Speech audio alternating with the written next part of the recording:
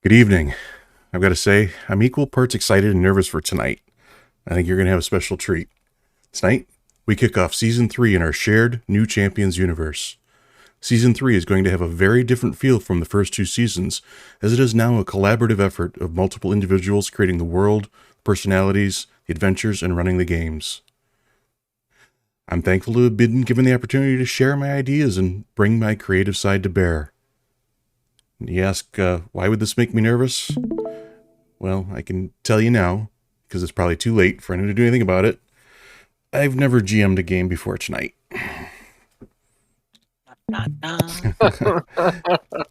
Surprise. So, for those who didn't know, Season 3 takes place in 2072, some 50 years after the events of the Endgame, at the end of Season 2. If you missed that finale, you missed that all of the new champions and Socrates himself had all been vanished, had sacrificed himself, or had been trapped in the Hollow by Judge Osborne and Division.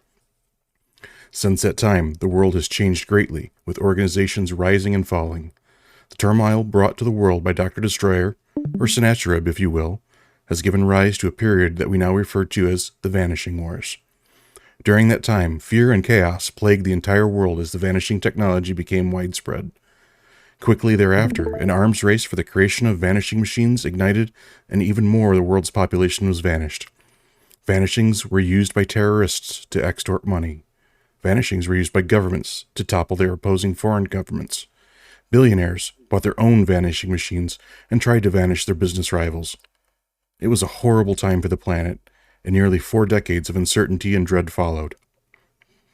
One fundamental aspect of the vanishing technology was the high level of energy that was required to make it work.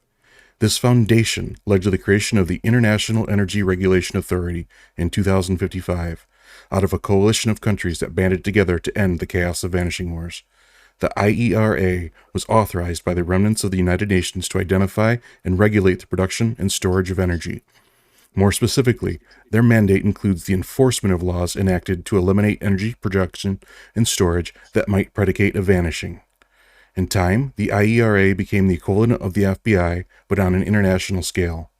At its core, the IERA vehemently opposes vanishing and believes in their mission as a moral imperative.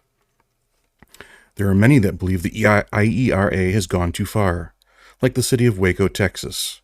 In 2059, the city of Waco refused to acquiesce to the IERA's strict energy regulation demands.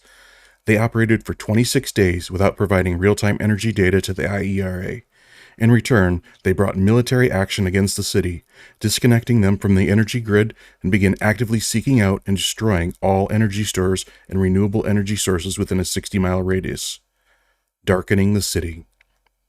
The military force established energy detection units across the city, eventually returning access to the energy grid. However, flames from the destruction, combined with high winds in the area, created cascading wildfires that could not be extinguished, while water pumping stations were offline. The city was destroyed. More than 100,000 were made homeless, and 25,000 lives were lost, despite the best efforts of both local and international fire and rescue. 7 years of disciplinary hearings against the IARA followed the events at Waco, and not a single meaningful result had come from it. Frustrated and exacerbated by internal strife over the decisions that led to the Waco debacle, many high-level officials within the IERA left the organization. Shortly after the conclusion of the hearings, a new organization, technically labeled a terrorist organization by the United Nations, made their presence known to the world, the leaders of the Free Energy Resistance. Though unconfirmed, it is rumored that the LFER was formed in part by those who departed the IERA. The LFER believed the actions of the IERA had gone too far, invading the privacy of individuals, communities, and other organizations through their energy monitoring regime. They also strictly disavowed the practice of darkening cities and villages who do not comply with their requirements.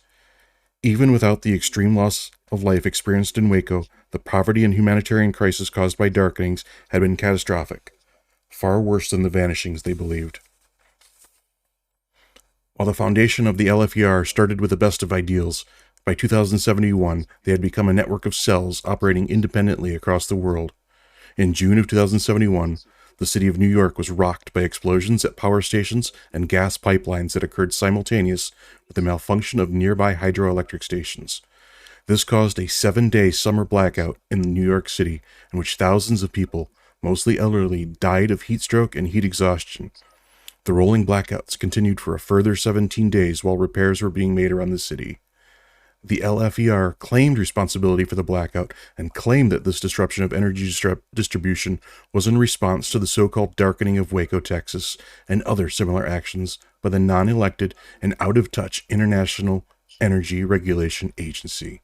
They had hoped that this action, extreme as it may be, would provide a much-needed wake-up call for the tyrants oppressing and surveilling the free people of the United States. It is believed that the New York cell was responsible for acting against the greater charter of the LEFR and was excommunicated from the group for these actions.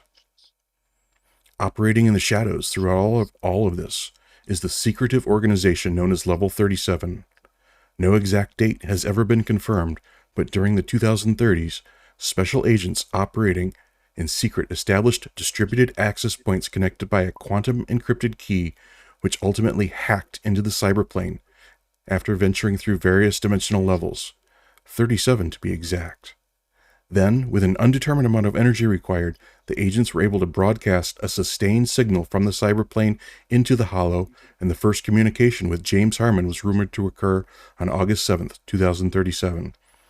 In the years that followed, the quantum encryption key required to communicate with the hollow changed hands many times.